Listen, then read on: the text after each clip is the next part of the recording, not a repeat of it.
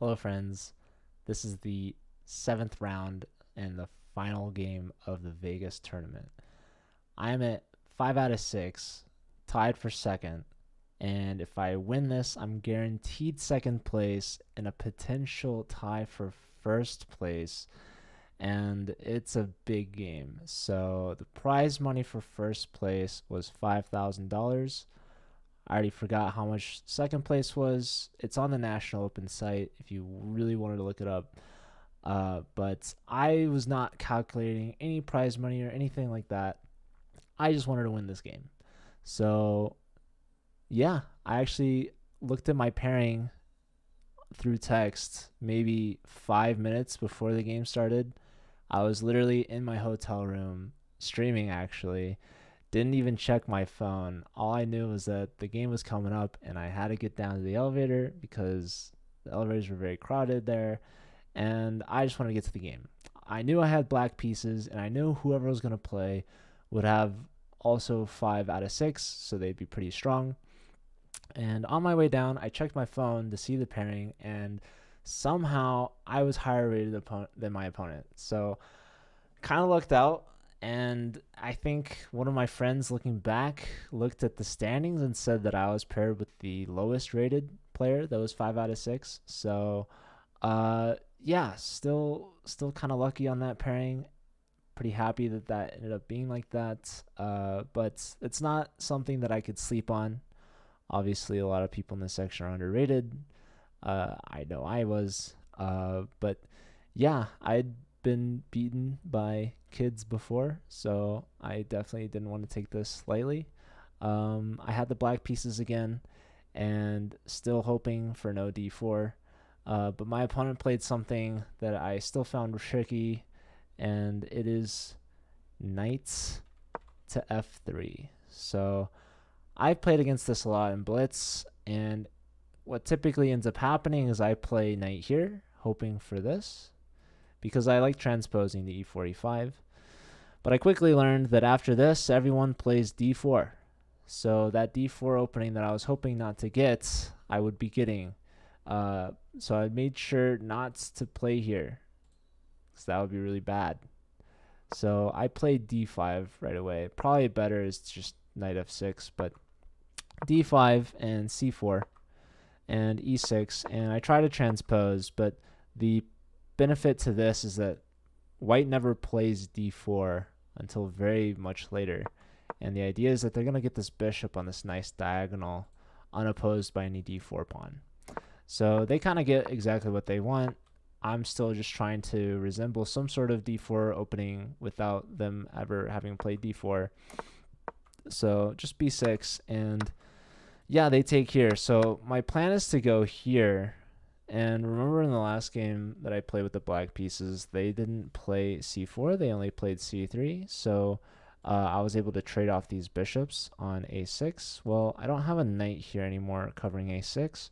And also they have a pawn here as well. So the bishop on b7 actually makes sense here because there is this potential to open up this diagonal. But yeah, here I didn't want to take with the pawn, but I ended up transposing anyways. I take with the knight on the off chance that they allow me to play here, because then I could take back with the bishop and maintain an open diagonal for my light square bishop, which would be nice. They take back right away, so we don't have that. And now the bishop kind of has options to go to b7 or to maybe later stay on this diagonal. So yeah, now they play d4, and I bring my knight to f6. I just want to make sure that they don't take and attack d5. So I've opened up the queen, I've opened up the knight, but also maybe bishop b7 could have been playable. They just put more pressure on this point, and so at this point I'm thinking maybe they take, and then they take, bishop takes, and now after I take, their rook takes back. So they're threatening to win a pawn here. So I move the knight. I'm kind of worried that they would take here, although not sure if that's necessarily good for them.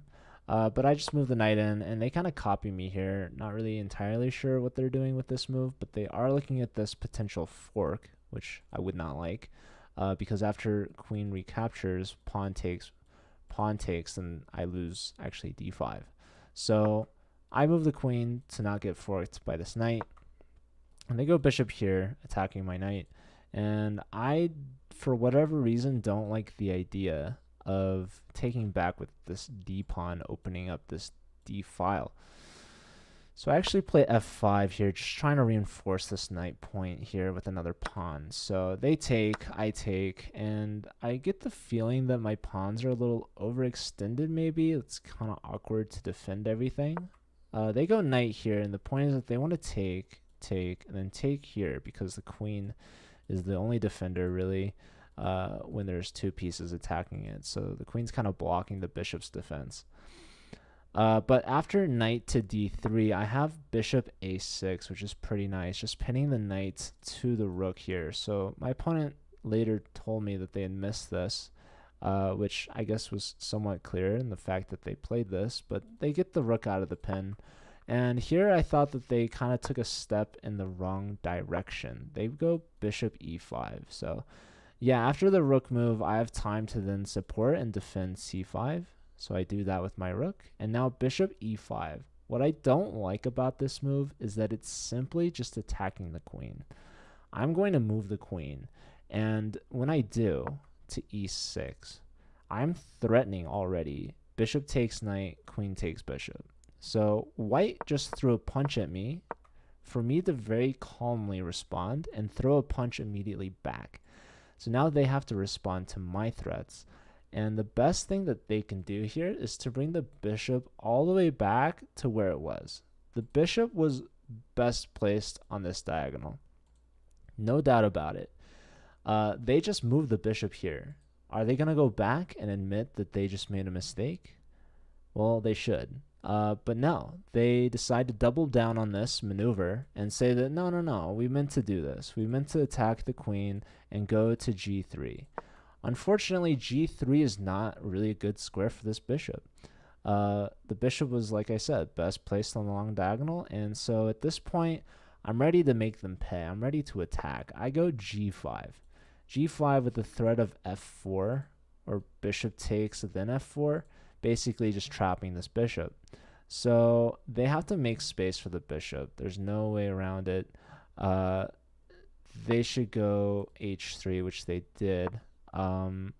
And yeah, now these dark squares are getting pretty weak. I mean, I could always take this bishop, kind of ruin their pawn structure. Better was to just kick the knight away and then take. What I end up doing, so I really got to make sure I defend d5. So if I take right away, which is tempting, they might not take back. They might actually move the knight with the discovery on my queen, with the threat of taking on d5, pinning my queen to my king.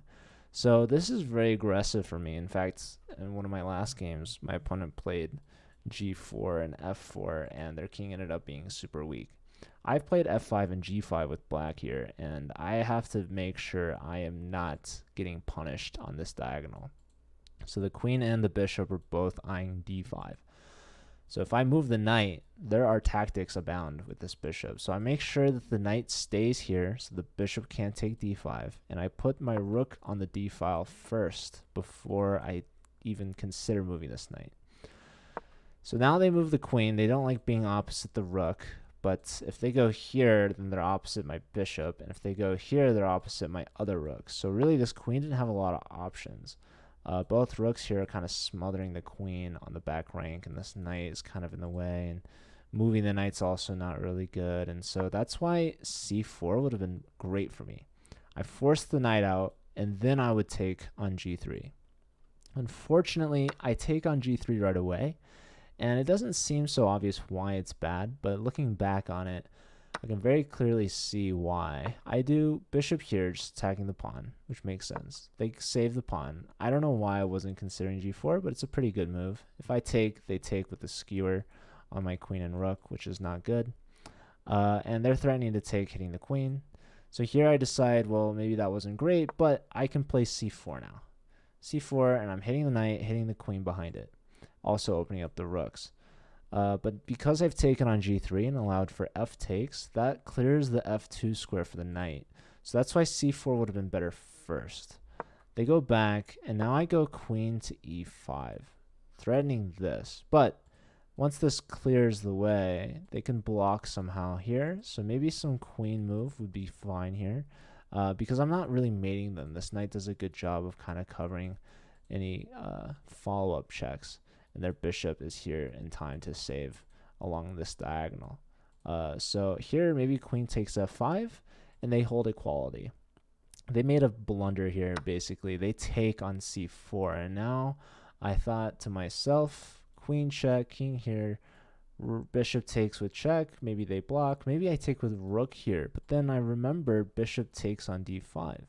So that's a fork, don't want to allow that to happen. Thought about bringing the bishop back at some point, but rook takes c4 right away works because I don't give this check yet, so my queen is still here to defend these pawns, and that's exactly what I do. Rook takes, threatening very gnarly discoveries after the king gets lined up with my bishop.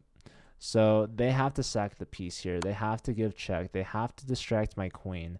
There's really no other defense here. So bishop takes with check. Queen takes f5 now. So again, I don't have this like h2 threat. They've just taken 2 pawns for a bishop. And the position's really good for black, I'm not going to lie. But it's not so clear. It's 2 pawns for a piece. It's not the end of the world for white. So at this point, I could trade down. I have this option, right? I could even go rook c8. Rook takes, bishop takes, and play the 2 bishops versus the knight and the 2 extra pawns. But again, that to me wasn't 100% clear. Maybe they're able to set something up where I'm not really in time to create anything, but I feel like that's still winning. But I think what I did was the best. I just maintained the material and try to really punish them and make the most out of the position. So here they don't want to take and allow bishop takes, which covers these 2 squares, so the rook can't really defend the knight very well. Instead, I would be threatening here, and it's kind of tough for them. So they try to trade this way. Rook takes, and that unpins their knight. So I decided to leave the rooks on. I attack f5, and it's very difficult to save this. I'm threatening rook here. They need to move this rook into the path of the bishop, which is kind of counterintuitive. But they need to save this knight and also be able to move the knight without losing the rook. So yeah, they go here, preventing rook c2. But now I just take on f5. Here they finally are able to move the knight because they're unpinned. But now I just attack and also open up this diagonal for my bishop. So really they're forced into this idea here to save the knight, ganging up on the knight. And now here I considered knight f2, and then rook takes, rook check would be winning if I show you this, guys. If they block with rook, bishop takes with check, removing the defender, winning the rook. If they block with knight here, I have the very nice bishop to e2. Rook takes, that's mate. So no way to stop this. These bishops are absolute beasts covering this king in to the corner here. And the rook and knight have nothing they can do. Unfortunately, I forgot about knight to b2, which is the same except they can block with the rook now without threat of me taking the knight with check. So still I trade down here, excuse me. I take, they take, and I don't give check. I take this e3 pawn. So bishop for 2 pawns is now straight up a bishop for free. No pawn change, and I'm threatening mate. They have to block it with the rook, and now here's where the game's pretty much over, but just to show you guys my technique, bishop here completely boxing out the knight, and this rook having to check the back rank is blocking the last square from the knight. So they're pretty much in zugzwang here, not any good moves. They play a4, okay, hit the bishop, but I just go back. And now the knight still can't go to a4 because now their pawn's there. If they push the pawn again, bishop comes right back to b5. Here they just push a pawn, I take it, and now they're just down to king moves. This actually wasn't that good. They should have moved the rook around, if I'm being honest. The reason why is because now the king doesn't have this option of f2, which frees up my bishop to come back. So yeah, just attack the knight. Again, they don't have any moves because of my bishop and this pawn and this rook. Even if they go here where it's defended, I could simply take. They cannot take back because of back rank. So they defend the knight. What else? And now, like I said, the bishop is freed up from covering f2 because I'm still covering h2. So I'm still threatening back rank. But I'm also attacking the knight, which cannot move. If it goes here, that's mate. So they push the pawn again, but it's too late. I take the knight. They move the rook, and now to finish it off, I just play the very cruel bishop d3. And again, they cannot take, or it's back rank. So they resigned here, and I was guaranteed second place. At this point, I started calculating just how much money I would be winning. I was keeping a close eye on the games around me, making sure I counted how many players were tied with me. The different possibilities could lead to different placements and different divisions of the split for the prize money. And yeah, the top boards, there are 2 players at 5.5 out of 6 playing. If they drew, we would have had like a 5-way split at first place, which would have been pretty nice because I could say I got first place. But they had a conclusive result. One of them won, and the second player walked away with $20, which is nice. You know, it's something, but it's not the first place prize, which was $5,000. So that was a huge money match. Losing that would have been terrible. But my opponent in this game told me that they also won $20. Actually, no, I think if you ended with 5.5 out of 7, it was like $280. So at least covered the entry fee.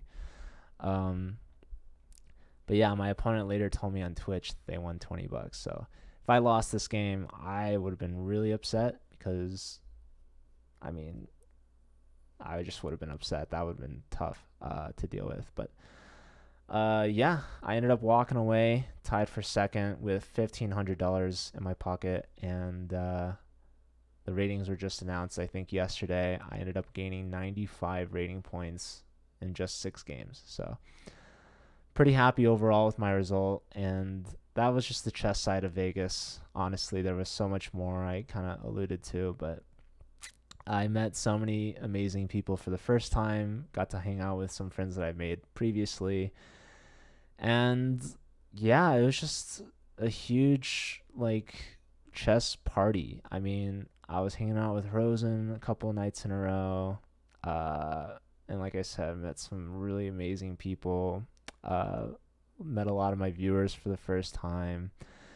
And honestly, I'm just so thankful to be part of the chess community in any capacity, but also like to play well and get rating points and money in the tournament was huge. Just overall an amazing experience, and definitely the people made it so much better. Like if I had went and lost every game and still was able to hang out and meet my friends, like it would be more than worth it. But yeah, if I went and won the whole tournament but had no friends, like that'd still be great, but it would not be even half as great as going and doing what I did. I had so many friends that I didn't know were in Vegas that were just there, and I met up with the UNLV Chess Club. I met up with a friend that I made in college that was in Vegas at the time. But specifically the Twitch people, big shout out to Downtown Vegas, who took me and my friends in, showed us around the city, and gave us a blast of a time.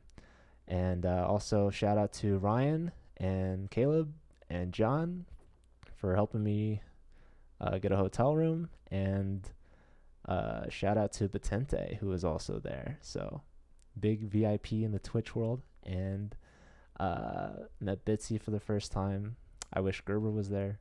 A lot of people that I gotta thank, but yeah, that's a trip that I will remember forever. So yeah, well, hopefully we'll do something else in the future, something really fun. And oh yeah, no, there's so many more stories, but again, maybe for another time. But yeah, if you watched all these videos, I hope you guys enjoyed it. These were some fun games to play. We're really excited to play more over the board. and hopefully I can get 1900 pretty soon. I'm only like 26 points away, so if I perform like this again, I have no doubt I'll hit it. Just a matter of time.